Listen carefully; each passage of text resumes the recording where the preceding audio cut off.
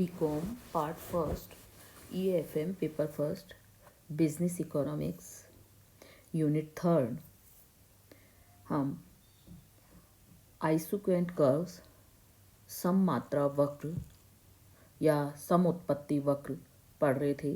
उसकी करेक्टरिस्टिक्स क्या होते हैं उनमें से 4 बिंदु शायद हम पढ़ चुके हैं पिछले लेक्चर में। आज हम आगे इसके कुछ गुणों का अध्ययन करेंगे, विशेषताओं का अध्ययन करेंगे। उनमें है आपके नेक्स्ट है 5th पॉइंट है सममात्रा वक्रों का समानांतर होना आवश्यक नहीं। जो सममात्रा वक्र होते हैं उनके लिए कहा जाता है कि सभी सममात्रा अनुसूचियों में 2 साधनों की स्थानापन्नता की दर का समान होना आवश्यक नहीं होता है। इसलिए सममात्रा वक्रों का समानांतर होना आवश्यक नहीं है, यानी कि उनके बीच की जो दूरी होती है सभी समुत्पत्ति वक्रों में समान होना जरूरी है। किसी में ज़्यादा हो सकती है, किसी में कम हो सकती है।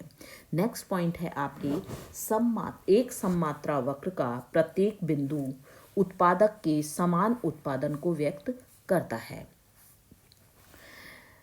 यहाँ पर इसमें संयोग के साथ साथ दोनों साधनों की इकाइयों में परिवर्तन हो सकता है, लेकिन उत्पादन स्तर समान बना रहता है। यहाँ पे ये दर्शाया गया है कि हम ये मानते थे कि दोनों जो परिवर्तनशील साधन होते हैं, चाहे वो श्रम हो चाहे पूंजी हो, दोनों में समान मात्रा में परिवर्तन होता है। यहाँ पर आपके सममात्रा वक्र पर स्थित विभिन्न संयोगों से उत्पादन की मात्रा अपरिवर्तित रहती है। इसमें संयोग के साथ साथ दोनों साधनों की इकाइयों में परिवर्तन हो सकता है, किंतु उत्पादन स्तर समान बना रहता है। ये आप रेखा चित्र के द्वारा देख सकते हैं। यहाँ एक टेबल भी बताई गई है जिसमें विभिन्न संयोग बताए गए हैं। ए संयोग, बी संयोग, सी संयोग, डी संयोग। ए संयोग में श्रम की मात्रा जब L1 है तो पूंजी की मात्रा K1 है। इसी तरह से बी संयोग में जब श्रम की मात्रा L2 है तो पूंजी की मात्रा भी परिवर्तित होती है, K2 है। इसी तरह से सी संयोग में L3 है और पूंजी की मात्रा K3 है। और डी संयोग में श्रम की मात्रा L4 है तो पूंजी की मात्रा भी K4 है। लेकिन उत्पादन का स्तर आप देखें तो चाहे ए संयोग हो, चाहे बी हो, चाहे सी हो, चाहे डी हो, यहाँ पर सभी पे उत्पादन का स्तर समान है। नेक्स्ट है आपके सममात्रा वक्र बाएं से दाएं नीचे गिरता है। सममात्रा वक्र जो होता है वो अधिकांशतः बाएं से दाएं नीचे गिरता हुआ होता है। हम कोई भी उत्पादन मात्रा प्राप्त करने के लिए एक साधन की मात्रा बढ़ाते हैं तो हमें दूसरे साधन की मात्रा घटानी पड़ती है। कभी भी सम उत्पाद वक्र इन आकृतियों के रूप में नहीं हो सकता। कौन कौन सी हैं वो आकृतियां? सममात्रा वक्र बाएं से दाएं ऊपर की ओर उठता हुआ नहीं हो सकता है। दूसरा है सममात्रा वक्र आधार अक्ष के समानांतर भी नहीं हो सकता है, यानी कोई भी अक्ष हो, जैसे ओ एक्स अक्ष है उसके समानांतर नहीं हो सकता है, या ओ वाई अक्ष हो उसके समानांतर भी नहीं हो सकता है। दूसरा है बाएं से दाएं ऊपर की ओर, यहाँ बाएं से दाएं उन्नतोदर होता है, वो अवनतोदर नहीं हो सकता। इसका मतलब यह है सममात्रा वक्र बाएं से दाएं ऊपर की ओर उठता हुआ नहीं हो सकता। तीसरा है सममात्रा वक्र खड़ा भी नहीं हो सकता है। नेक्स्ट है आपके पॉइंट, 2 सममात्रा वक्र के बीच में अनेक सममात्रा वक्र हो सकते हैं।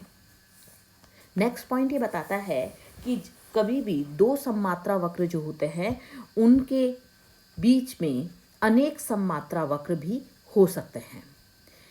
विभिन्न सममात्रा वक्र जो साधनों के विभिन्न संयोगों से प्राप्त होते हैं उत्पादन के विभिन्न स्तरों को दर्शाते हैं।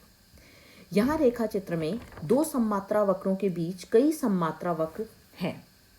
जैसे 100 और 200 सममात्रा वक्र के बीच कई सममात्रा वक्र 120 भी हो सकता है, 125 भी हो सकता है, 140 भी हो सकता है, 150 भी हो सकता है, 175 भी हो सकते हैं। कई सममात्रा वक्र हो सकते हैं।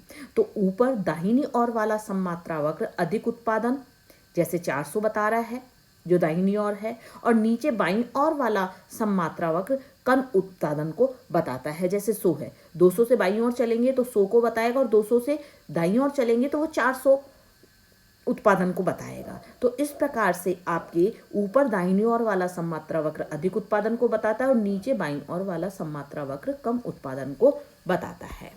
नेक्स्ट है आपके सममात्रा वक्र कभी अक्षों को स्पर्श नहीं करता है। जो सममात्रा वक्र होता है उत्पत्ति के दो साधनों के विभिन्न संयोगों से उत्पादित स्थिर उत्पादन मात्रा को सूचित करता है, हमें बताता है। यदि सममात्रा वक्र अक्षों को स्पर्श करते हुए मान लिए जाएं, जैसे या तो ओ एक्स अक्ष को स्पर्श कर रहा हो या ओ वाई अक्ष को स्पर्श कर रहा हो, जैसे ओ एक्स अक्ष को वो एल पर स्पर्श कर रहा है और ओ वाई अक्ष को वो ओ पर स्पर्श कर रहा है, तो ऐसी स्थिति में इसका अर्थ ये है कि उत्पत्ति के एक साधन का प्रयोग किया जा रहा है, दोनों साधनों का प्रयोग नहीं किया। जो भी जिस तरफ इस जैसे एल बिंदु पर स्पर्श कर रहा है, इसका मतलब श्रम की इकाइयां शून्य है। यदि ओ वाई अक्ष पर वो ओ बिंदु पर स्पर्श कर रहा है, इसका मतलब पूंजी की इकाई शून्य है। तो केवल एक्स ही एल श्रम ही काम में लिया जा रहा है, पूंजी काम में नहीं ली जाएगी, और जब पूंजी काम में ली जाए तो श्रम काम में नहीं लिया जाए। यदि वाई अक्ष को स्पर्श करते हैं तो श्रम की मात्रा शून्य हो जाती है, जबकि सममात्रा की मान्यता के अनुसार दोनों साधनों का प्रयोग आवश्यक है। यदि हम सममात्रा वक्र प्राप्त करना चाहते हैं तो दोनों साधनों का प्रयोग जरूरी है। रेखा चित्र से ये स्पष्ट हो रहा है कि सममात्रा वक्र एक्स स्पर्श करता है, एक्स अक्ष पर स्पर्श करता है, तो इसका मतलब ये है कि पूंजी के बिना केवल श्रम की सहायता से ही उत्पादन किया जा रहा है। और तर्क की दृष्टि से ये असंगत है, क्योंकि केवल श्रम की ओएल इकाइयां कुछ भी उत्पादन करने की क्षमता नहीं रखती हैं। यदि केवल पूंजी की ओसी इकाइयां भी श्रम के प्रयोग के बिना कुछ भी उत्पादन नहीं कर सकती हैं। इसलिए इस रेखा चित्र वाले IQ और IQ1 वक्र सममात्रा वक्र नहीं हो सकते हैं। नेक्स्ट है आपके सममात्रा वक्रों से परिधि रेखाओं का निर्माण। जो सममात्रा वक्रों के द्वारा एक उत्पादक ये मालूम कर सकता है कि उसके लिए श्रेष्ठ उत्पादन का क्षेत्र कौन सा है। तो उत्पादक के लिए बहुत ही महत्वपूर्ण बिंदु हो जाता है। सममात्रा वक्रों पर उपस्थित ऊपरी बिंदुओं को मिलाने पर ऊपरी परिधि रेखा और निचले बिंदुओं को मिलाने पर निचली परिधि रेखा प्राप्त होती है। इन दोनों रेखाओं के बीच एक ऐसा क्षेत्र हमें प्राप्त होता है जिसको कि हम क्या कहते हैं, आर्थिक उत्पादन का क्षेत्र कहते हैं। यहाँ रेखा चित्र के आधार पर हम समझ सकते हैं।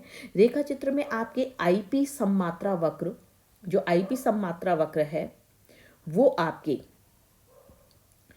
डी और ए बिंदुओं, आईपी वक्र जो IP1 कह सकते हैं हम, IP1 सममात्रा वक्र है वो डी और ए बिंदुओं, IP2 वक्र सममात्रा वक्र जो है वो ई और बी बिंदुओं, और IP3 जो सममात्रा वक्र है वो एफ और सी बिंदुओं पर पीछे की ओर झुका हुआ है, उन्नतोदर है ना। ए बी और सी बिंदुओं को मिला देने से, ए बी और सी जो कि नीचे की ओर है, इनको मिला देने से OR वक्र जो प्राप्त हो रहा है आपको प्राप्त होता है, और डी ई और एफ बिंदुओं को मिलाने से OL हमें वक्र प्राप्त होता है। अब OR और OL रेखाएं जो उत्पादन के आर्थिक क्षेत्र की सीमाएं हैं। एक निचला परिधि रेखा हो गई और एक ऊपरी परिधि रेखा। ऊपरी परिधि रेखा कौन सी हो गई, जब हम डी ई और एफ बिंदु को मिलाते हैं तो OL समोत्पत्ति वक्र प्राप्त होता है, हमें एक रेखा प्राप्त होती है जिसको हम ऊपरी परिधि रेखा कहेंगे। और जब हम ए बी और सी बिंदुओं को मिलाते हैं तो हमें जो रेखा प्राप्त होती है वो OR रेखा प्राप्त होती है, जिसे हम निचली परिधि रेखा कहेंगे। इन दोनों के बीच का जो क्षेत्र कहलाएगा वो हमारे कहलाएगा आर्थिक उत्पादन का क्षेत्र। तो यहाँ पर सममात्रा वक्रों के केवल वे भाग जो कि ऋज रेखाओं के बीच में उत्पादन के लिए उपयुक्त हैं।